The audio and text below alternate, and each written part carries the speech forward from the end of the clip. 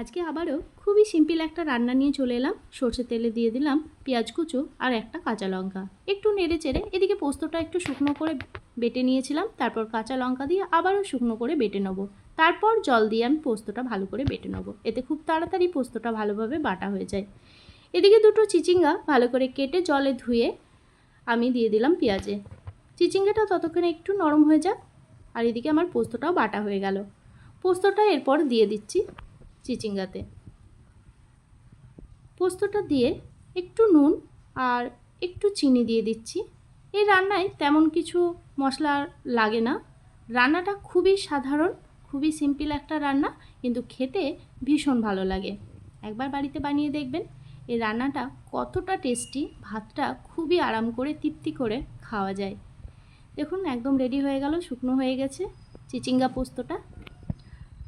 আজকের মতন বিদায়, আবারও দেখা হবে নতুন কোনো ভিডিওতে নতুন কোনো রেসিপি নিয়ে। টাটা।